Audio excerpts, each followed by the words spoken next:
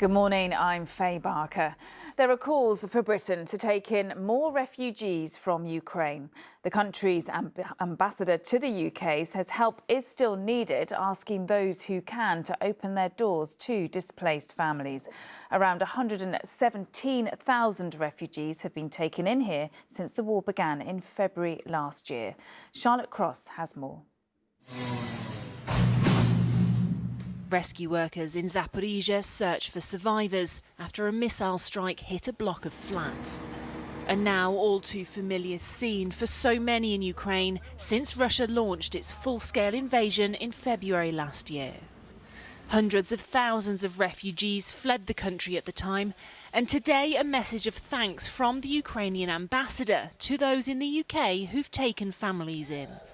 We're grateful to His Majesty government, to all the local councils, but mostly to all the families who opened up their homes, their hearts, sometimes wallets, to help Ukrainians who are fleeing from the horrors of war. The UK government today revealed more than 117,000 people have been given shelter as part of its Homes for Ukraine scheme. But now more sponsors are needed. With your support, with your help, we will be able to endure through these dark times. We'll preserve precious lives and will bring justice and peace to Ukraine. He said while some have been able to return to their home country, for many, as the attacks continue, they no longer have homes in Ukraine to return to. Charlotte Cross, ITV News. Hollywood star Gwyneth Paltrow has denied in court that she caused a skiing accident in Utah in 2016. She said she felt very sorry for a man involved, but reiterated that she had been the victim of the crash. Terry Sanderson is suing her for more than £200,000. Charlie Frost reports. 3 days into this trial, it was the Oscar-winning actress's turn to take to the witness box. The truth, the whole truth, and nothing but the truth, so help you God. Thank you. Giving her account of the ski collision, which Terry Sanderson says left him with permanent brain damage. But while she says he hit her, he says she hit him. And two skis came between my skis, forcing my legs apart, and then there was a body pressing against me, and there was a very strange grunting noise. So my brain was trying to make sense of what was happening. I thought, is this a practical joke? Is someone like doing something perverted? This is really, really strange. Okay. Miss Paltrow later made it clear she wasn't saying what happened was sexual assault. Rather, it went through her mind for a split second when the crash happened.